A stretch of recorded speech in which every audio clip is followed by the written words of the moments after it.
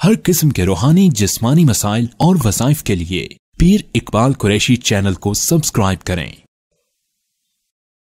نحمده ونصلي على رسوله الكريم اما بعد فاعوذ بالله من الشیطان الرجیم بسم اللہ الرحمن الرحیم۔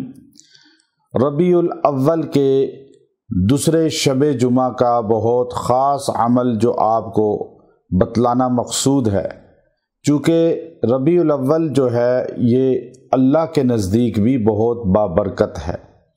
اللہ نے اپنی امانت کو اس ماہ مقدس میں زمین پر نازل فرمایا۔ اللہ کی دو امانتیں ہیں، ایک قرآن کریم کی شکل میں اور ایک محمد کریم کی شکل میں۔ جو قرآن حکیم کی شکل میں امانت ہے وہ لیلۃ القدر کی رات میں اللہ نے آسمان دنیا پہ نازل کی، اور جو محمد کریم صلی اللہ تعالی علیہ وآلہ وصحبہ وسلم ہے اللہ کی امانت، اور اللہ کی اتنی عظیم امانت ہیں کہ اللہ ان کے لیے فرماتا ہے لَقَدْ مَنَّ اللَّهُ عَلَى الْمُؤْمِنِينَ إِذْ بَعَثَ فِيهِمْ رَسُولًا۔ میں نے ایمان والوں پر احسان کیا ہے کہ میں نے ان کے اندر محمد صلی اللہ علیہ وسلم کو نبی بنا کر مبعوث کیا، کہ ہمیں اللہ نے محمد صلی اللہ علیہ وسلم کا امتی بنایا۔ یہ اللہ کا احسان ہے اور ہمیں احسان ماننا چاہیے۔ ہمیں اللہ نے مقام دیا، منصب دیا کہ ہمیں سرکار مدینہ کا امتی بنایا۔ تو حضور اقدس صلی اللہ علیہ وسلم جو اللہ کی یہ امانت ہیں، یہ ماہ ربیع الاول میں اس کائنات کے اندر تشریف لائے۔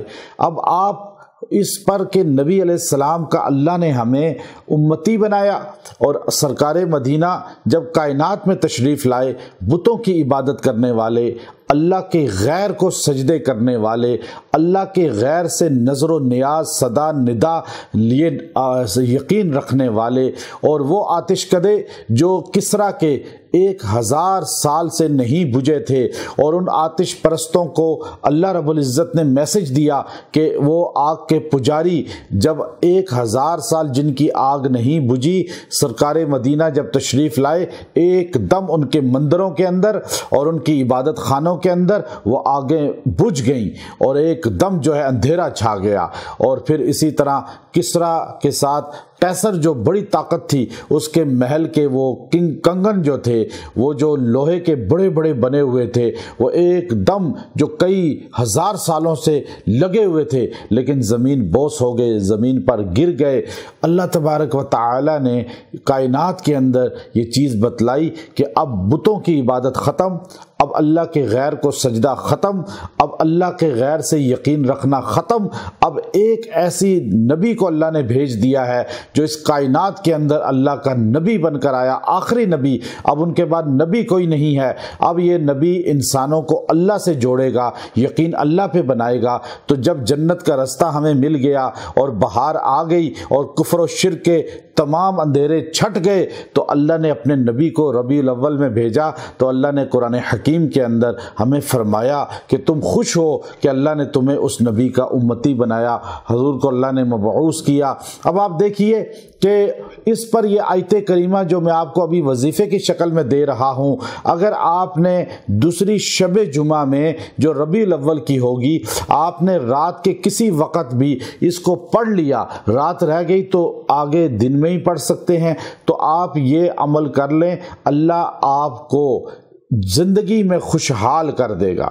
آپ کی زندگی میں کبھی غم نہیں آئیں گے اس پورے سال میں۔ آپ کے گھرانے میں پورا سال جو ہے کوئی بڑا حادثہ پیش نہیں ہوگا۔ آپ کی زندگی میں کوئی جو ہے ایسا حادثہ، ایسا غم نہیں آئے گا جو آپ کو ذلیل کر دے، پست کر دے، گمراہ کر دے۔ آپ کی اولاد میں اللہ تعالیٰ غم دور کر دے گا، آپ کے گھرانے سے غم دور کر دے گا، حادثہ دور کر دے گا۔ دوسری شب جمعہ کی رات کو آپ نے 70 مرتبہ 70 ٹائم پڑھنا ہے۔ آپ نے آیت کیا ہے؟ قُلْ بِفَضْلِ اللَّهِ وَبِرَحْمَتِهِ فَبِذَلِكَ فَلْيَفْرَحُوا۔ آپ جو ہے اس پوری آیت کو پڑھیں، مکمل پڑھیں۔ اب اس پوری آیت کو آپ نے مکمل پڑھنا ہے 70 مرتبہ، اور اس کے اول آخر آپ نے 7 بار درود ابراہیمی پڑھنا ہے، اور اس کے بعد دعا کرنی ہے۔ اللہ آپ کی زندگی خوشحال کر دے گا۔ اللہ فرماتا ہے میرے نبی ان سے کہو اللہ کا فضل ہے تم پر، جو اللہ نے تمہیں دیا اس پر خوشی کرو۔